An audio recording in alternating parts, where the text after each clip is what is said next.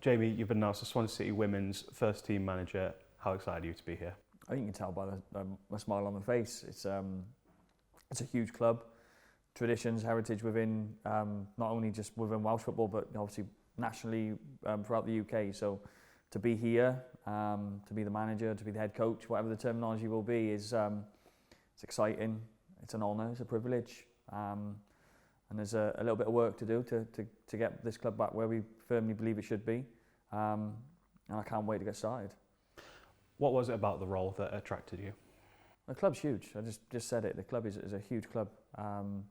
And within Welsh women's football, this club has got strong traditions, strong heritage, silverware throughout seasons, throughout its time and its history. So for the club to be in its position that it is at the moment, without silverware for a couple of years, I think that's the exciting part. It's re-energising the squad, re-energising the group, and making sure that we're ready to compete on all levels, on every front, on and off the pitch, and just to become the best that we can be as individuals. And if as individuals we become the best we can be, then the group will get stronger, and the club will again cement its place where it should be, and that to me is at the top of the table. So you'll have had discussions with Alice Weeks, head of women's football, and Andy Coleman, chairman. Did those discussions really whet your appetite? Well, obviously they were really positive. Meeting obviously Alice and the first ever head of women's football for the club is huge. It sort of cements the role and the programme within the club, and shows you how important it is to the club and integral for the growth of not only the club, the programme, but the wider game. And obviously meeting Mr. Chairman, as I'll call him, just again cemented everything into me that this club values the programme, and it wants to embed every bit of eliteness across every aspect of its programmes, and the women's programme obviously falls under that. And I can't wait to get started, but yeah, absolutely whetted my appetite completely. Yeah. Of course, the team turned semi-pro in the summer just past. Obviously, you've got experience working in that semi-pro setup. How much will that help?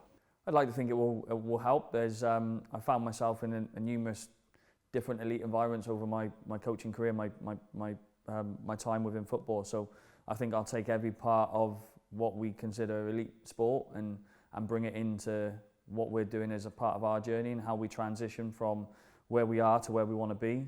It's really important that we take into account every individual journey. It's going to be different, and making sure that transition is as smooth and as effective as we can possibly make it, but taking into account individuals as we go along the way. Individuals that have got us to this point, there's past players, past managers. That heritage is really needs to stay strong within what we do, and those values then to take the club forward is built upon the foundations that have been built by people before us, and how we build them going forward. And I like to think that my experience over the years will help us do that. We can shape it. No journeys are going to be the same. We're going to find different obstacles than I've had in other clubs. But those obstacles with a group of people that are around me, I don't see them being obstacles. I just think that we'll counter everything with an attitude and an approach that is, elite, and that's what we want to be. Of course, you mentioned your journey in football there, obviously over 20 years in the game, in coaching, in development, in education. Do you think these number of roles that you've had, the varying roles, have helped you gain a more rounded approach to your coaching? I think it's absolutely shaped me as a person, and as a person, that obviously your personality goes on the coaching pitch. So I'm not going to hide behind the fact that every area of what I've done over the years has led me to where we are now, and that's a great point. But yeah, moving forward, I absolutely think everything that I've done previously and what the players have done previously, we're going to bring it together and find the right recipe to get the output that we want, and that's silverware, and we make sure that we achieve that as soon as we possibly can. Of course, you'll be coming in looking to make your stamp on the team. What does a Jamie Sherwood team look like? Jamie Sherwood team that's together. A team that believes in the product, believes in the project, believes in each other, trusts one another, and that's just the group. That's just the personalities that we want to make sure that we knit them together the right way, so they're together on the pitch. When you go onto the pitch, a group of players that are able to solve problems, because the opposition are there to cause you problems. So how are you going to solve them? That's not always down to one person, a group of people. That is down to the collective, and that's really important. How we solve those problems. What I'd like to think my team will be front-footed, will be aggressive, we'll be able to jump to maximise every opportunity to take on our oppositions, whoever they may be. We want to possess the ball. It's part of our DNA. It's part of the club's DNA, and we've got to make sure we value what this club brings to the game. So we want to play with the ball, but we've got to make sure that we stay united, we stay together, and for me, the biggest thing is just believing in what we're doing and how we're going to do it. But yeah, hopefully we'll have some really good moments.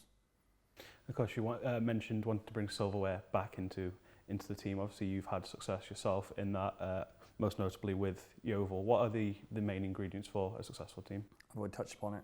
It's that belief in what we do as individuals, as a collective. It's the trust between the individuals, trust between the group. That's both on and off the pitch. And the biggest thing for me is hard work.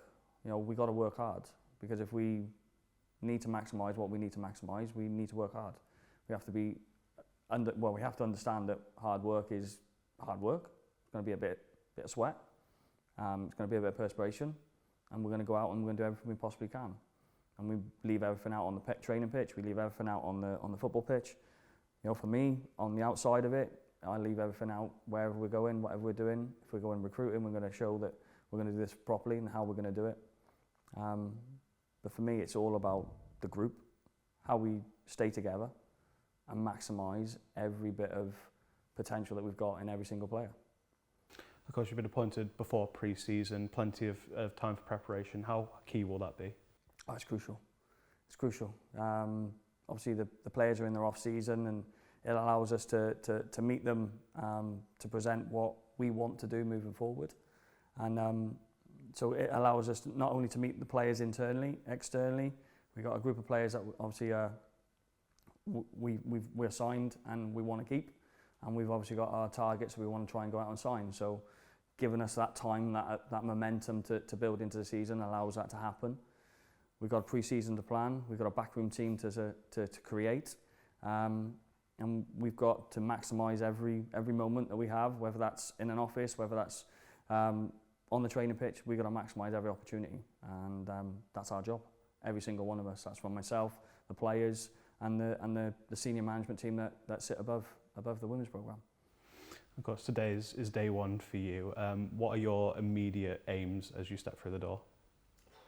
Immediate aims, meet the players. Football's a small village, so obviously players would know of me, and I know of players.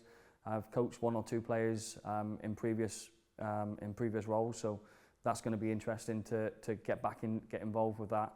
So to me, it's meeting the players as soon as we possibly can. Again, laying out where we want to go and how we're going to do it, making sure that they understand their importance to this journey and how they can shape it, not just from us to them, it's them to us as well. It is a complete collective approach. Then from there, it's building what we build. We've got solid foundations within what's already gone on before. There's a good group of players here. There's a good set of values. There's a DNA to the club. And now it's just making sure that everything that we now bring to this maximises the foundations that have already been built for us. Of course, when Alice arrived, she spoke about wanting to grow the women's game and the girls' game across Southwest Wales. How much of a priority is that for you as well? I think it's huge. You can't be what you can't see. So if there's no role models there for young females, then they're not going to aspire to be the next Katie Hosford, the next Stacey David. They're not going to be there. So we've got to make sure that we give our players a platform to allow the product to grow, the tendencies to continue rising, and then everyone loves a winning product. Everyone loves a winning team. So the more we win on the pitch, the more we win off the pitch. The more we do off the pitch, the more we win on the pitch. and it's going to be a complete circle like that, and it will be a continuous circle, and that is our job, to create a sustainable program that has a legacy in this area, not just this area, but wider than that. West Wales, South West Wales, South Wales, wherever you want to be, everyone will know what Swansea City Women's Football Club stands for, what it looks like, and we make sure that we deliver that product. Of course, Jamie, with your time with Yeovil, taking them up to WSL, can you just talk us through that experience and that time? Oh, it was magical, absolutely magical. And I see very massive similarities to where we are here. We took a club that was from an amateur status into a semi-pro status into a professional status, and the growth of the club, not just on the pitch but off the pitch, was crucial to how we developed the product. It was a magical time for us all, players and staff and supporters, and I really feel that this is the same opportunity. We have an opportunity here to embed, again, with obviously with the work that Alice will do, myself on the sort of the playing side, and Alice on the sort of the growing of the game as well with our players, using them as role models, getting them into schools, creating a buzz, getting the supporters to come down to the ground, come to training, whatever it needs to be, we will be accessible.